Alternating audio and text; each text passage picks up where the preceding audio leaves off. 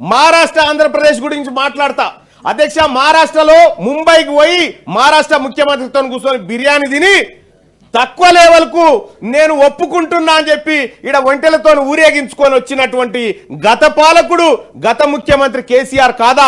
మరి ఆ ప్రకారం తమ్మిడెట్ కాడే ఎందుకు కట్టలేదని నేను అడుగుతా ఉన్నా అధ్యక్ష. ఇప్పుడు ఖచ్చితంగా కట్టి చూపెడతాం.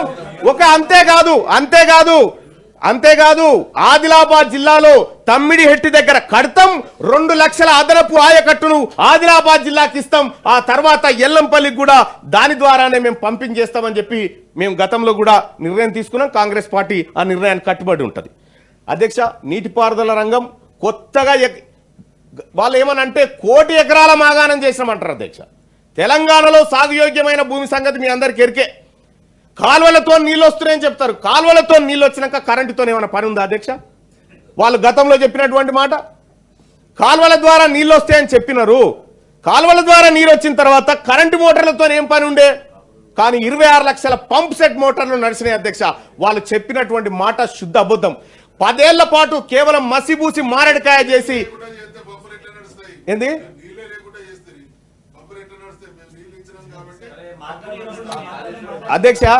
అధ్యక్ష ఇంకా మీరు ఏ సబ్జెక్ట్ అయినా చెప్పురు అధ్యక్ష, ఖచ్చితంగా మాట్లాడుకుందాం. ఈ తెలంగాణ రాష్ట్రంలో 10 ఏళ్ల కాలంలో ఎందుకు ఉన్నదే మాట్లాడడానికి మీరు అధ్యక్ష. ఇదే నల్గొండ జిల్లా, ఉమ్మడి నల్గొండ జిల్లాలో హరీష్ రావు గారు అక్కడికి పోయి సూర్యాపేటకు పోయి కాళేశ్వరం మొదటి ఫలితం సూర్యాపేటకు వచ్చిందని చెప్పాడు. ఇక్కడ వాస్తవానికి జరిగింది ఎస్ఆర్ఎస్పీ నుంచి వచ్చినటువంటి flood flow canal, Kakatiya canal ద్వారా మాత్రమే నీళ్ళు వస్తా ఉన్నాయి. ఇలా కాళేశ్వరం ద్వారా ఒక్క సుక్క కూడా రాలేదు అధ్యక్ష. సముద్రంలో దోష నీళ్లు పోసి ఇదంతా మాదే అని చెప్తా ఉన్నారు అధ్యక్ష. వీళ్ళ కాళేశ్వరం కథ అది. వీళ్ళ విద్యుత్ రంగానికి సంబంధించి ఇలా తెలంగాణ రాష్ట్రంలో 17,500 మెగావాట్ల విద్యుత్ స్థాపిత సామర్థ్యం ఉంది అధ్యక్ష. వీళ్ళు గట్టిగా వాడింది కేవలం 9 నుంచి 11,000 లోపు మాత్రమే మెగావాట్లను వాడిరు అధ్యక్ష.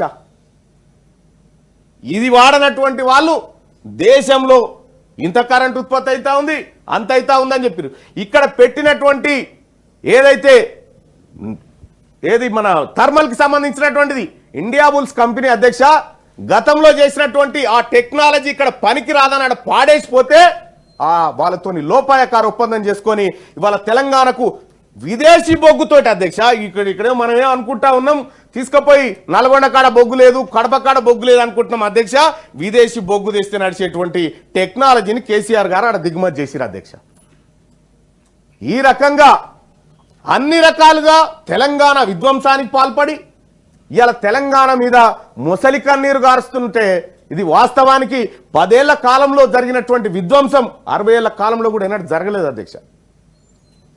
ఇవాళ అవినీతిలో గతంలో కేసీఆర్ గారి ఫ్యామిలీ కంప్లీట్ గా అన్ని పథకాల్లో వాళ్ళు కాలు కాదు కదా మొత్తం దుంకిరు అందులోకి ఎక్కడికక్కడ.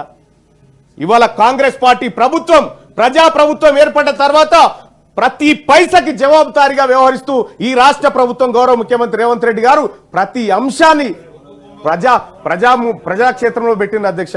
ఇంకా వీళ్ళకి వాస్తవానికి కూడా ఇట్లయితే నచ్చదు అధ్యక్ష.